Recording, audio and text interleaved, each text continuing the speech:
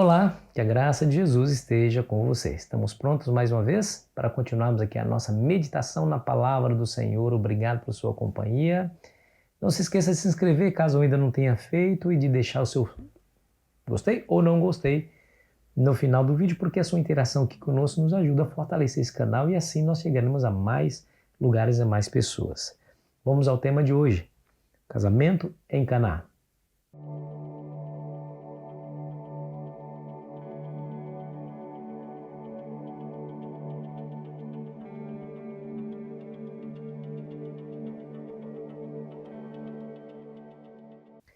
Nós conhecemos a história. João Batista agora sai do cenário e Jesus começa o seu ministério. Os discípulos de João Batista agora seguem a Jesus Cristo. Porém, os discípulos de João Batista tinham somente o testemunho de João, que aquele que viria após ele seria tão grande que ele não seria digno de desatar a sandália dos pés. Que ele, João Batista, batizava com água, mas aquele que viria após ele batizaria com o Espírito Santo. Os discípulos tinham somente o testemunho de João. Jesus agora precisava realmente mostrar a eles que eles fizeram uma boa escolha em segui-lo, de que de fato ele era o grande profeta que haveria de vir e que eles não precisavam ter dúvidas, né? Porque naturalmente o ser humano ele pensa, será que eu tomei a decisão certa? Eu deixei tudo, deixei os pescadores deixaram os barcos e as redes, Mateus deixou a coleteria de impostos, deixaram tudo para seguir Jesus. Será que realmente ele é aquele a quem nós aguardávamos? Muito bem. Eu acho interessante o paralelo que João faz no seu livro com o Êxodo.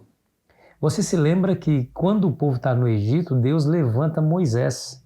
Deus levanta Moisés e o leva para frente do povo com a mensagem de que ele, Moisés, haveria de tirá-los do Egito, de salvá-los daquela situação de escravidão. Mas para dar credibilidade à informação, Deus pediu para que ele fizesse sinais. Lembra do cajado? Joga o cajado na terra, ele vai transformar em uma cobra. E assim Moisés fez diante do povo, o povo ficou surpreso.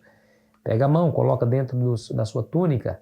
Quando a mão sair, ela estará leprosa. Quando se colocar de novo, ela voltará a ser sã. E assim ele fez. Mas não somente isso, né?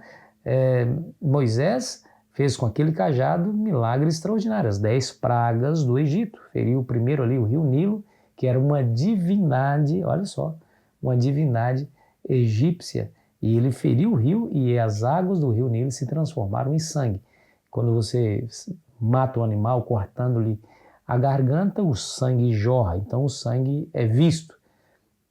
Quando Moisés feriu as águas do rio Nilo, as águas se transformaram em sangue, como uma clara mensagem de que ele havia matado a divindade que os egípcios tinham como o seu Deus, né? E como que isso é um paralelo com João? Ou como que João faz esse paralelo? Aqui no capítulo 2, tem aqui um casamento lá em Caná de Galileia, e Jesus achava-se presente com seus discípulos quando, de repente, o vinho que alegrava a festa, não havia festa de casamento sem vinho, como hoje não há festa de casamento sem bolo, né? Tem bolo de casamento. Naquela época o vinho também era símbolo da alegria. Então, como símbolo da alegria, o casamento precisava ter o vinho. Agora acabou o vinho. E acabou o vinho e a festa ainda não tinha acabado. Seria uma vergonha, um desastre para a família, principalmente para os noivos. Mas Jesus estava presente, né? Então diz a Bíblia que ele pede para que tragam algumas talhas cheias de água. E quando trouxeram aquelas talhas que eram usadas pelos judeus para purificação, ele a transforma em vinho. Aqui a palavra vinho é a palavra oinos. A palavra oinos é tanto usada para o suco fresco da uva como para o vinho fermentado. É o contexto que vai definir qual é o sentido dessa palavra. Como Jesus transformou naquele momento aquela água em vinho, então ali era um suco fresco. Por quê? Porque o vinho, ou suco fermentado que virava alcoólico, ele só virava alcoólico depois de alguns dias da produção do suco. Primeiro vem o suco da uva, depois ele fermenta e somente depois ele fica alcoólico, virando o vinho que hoje nós conhecemos. Então, Jesus transformou aquela água em vinho e imediatamente ela foi transformada, então ali veio o suco fresco puro da vide, sem adição ou de água ou sem fermentação. Então, qual é o paralelo? O paralelo é simples assim. Assim como Moisés feriu as águas do rio Nilo e elas se transformaram em sangue, Jesus também toma água e transforma em vinho.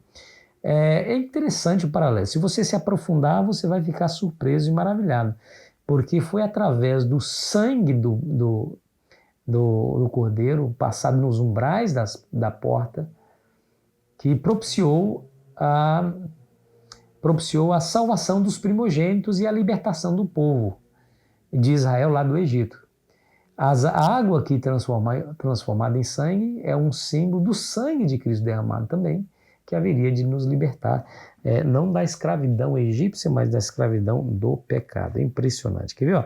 Deixa eu ler para você Deuteronômio capítulo 18, verso 15, porque o próprio Moisés ele vai dizer que haveria outro semelhante a ele, que Deus haveria de enviar para libertar o povo. Ele foi enviado para libertar o povo do cativeiro egípcio, mas haveria outro que haveria de libertar o povo não do cativeiro egípcio, mas do pior de todos os cativeiros, que seria o cativeiro do pecado. Veja o verso 15. O Senhor teu Deus te suscitará um profeta no meio de ti, de teus irmãos, semelhante a mim, a ele ouvirás. Para legitimar a informação de que Moisés era de fato o salvador do povo que Deus havia enviado, ele operou sinais ou operou milagres para que o povo cresce nele e pudesse ouvi-lo, pudesse obedecê-lo. Então agora Jesus, na primeira oportunidade, depois que o seu discípulo se aproxima e começa a segui-lo, em uma festa de Caná, também realiza sinais. Para quê? Olha o verso, capítulo 2 de João, o verso 11, depois de ter feito o sinal, depois de ter transformado a água em vinho, a Bíblia diz assim: com este deu Jesus princípio aos seus sinais em Caná da Galileia e manifestou sua glória, e os seus discípulos creram nele. Você vai perceber aí, nós estamos vendo no verso para memorizar, que os milagres são chamados por João de sinais. Por quê? Porque é exatamente esse é o propósito, para mostrar que Jesus não era somente um ser humano, não era somente um professor de ética, não era um professor de filosofia, Jesus não era somente um rabino, Jesus era o Salvador. Então, as pessoas que estavam ao seu redor precisavam crer nele. É assim que João define aqui no verso para memorizar, em João 20, versículo 30 a 31, nos diz: Jesus fez diante dos seus discípulos muitos outros sinais que não estão escritos nesse livro. Estes, porém, foram registrados para que vocês creiam que Jesus é o Cristo. Veja que esses foram registrados para que vocês creiam que Jesus é o Cristo, o Filho de Deus, e para que crendo tenhais vida em seu nome. Querido amigo, eu não preciso... É claro que o registro bíblico dos sinais de Cristo são fundamentais para a minha crença, mas o maior sinal ou o maior milagre que Jesus fez não foram aqueles registrados no passado, mas o que ele está fazendo na minha e na sua vida hoje. E Jesus é o meu Salvador. Jesus, ele me transformou, me deu uma nova perspectiva. Eu olhava numa direção. Quando eu encontrei a Cristo, agora eu olho em outra direção. Eu tinha um comportamento, agora quando eu estou com Cristo, eu tenho um comportamento diferente. Quem me conheceu antes e me conhece agora perceberá claramente que se trata de duas pessoas diferentes. Assim como você, todos aqueles que encontram a Cristo, que verdadeiramente entregam o coração a Jesus, esses são transformados por sua influência, por sua graça, por seu Espírito, em uma nova criatura. Pensamento diferente, atitude diferente, sentimentos diferentes, e o mundo vai perceber isso mais cedo ou mais tarde. Qual é o milagre que Jesus fez na sua vida? Ou qual o milagre que Jesus precisa fazer para que você creia nele? Bem-aventurado aqueles que não viram e creram, não se esqueça disso. Acredite que ele tem poder para fazer milagre e poderá fazer um milagre na tua vida, se preciso for, para que os seus olhos se abram e você creia que ele de fato é o Cristo, o Filho do Deus vivo.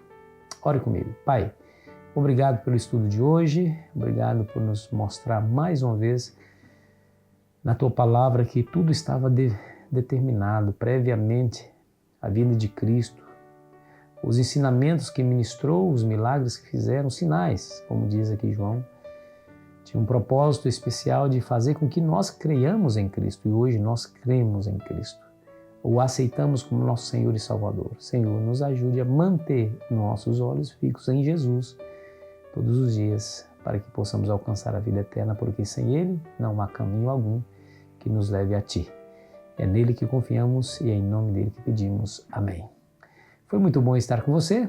Amanhã continuaremos a nossa meditação. Aproveite bem o seu dia.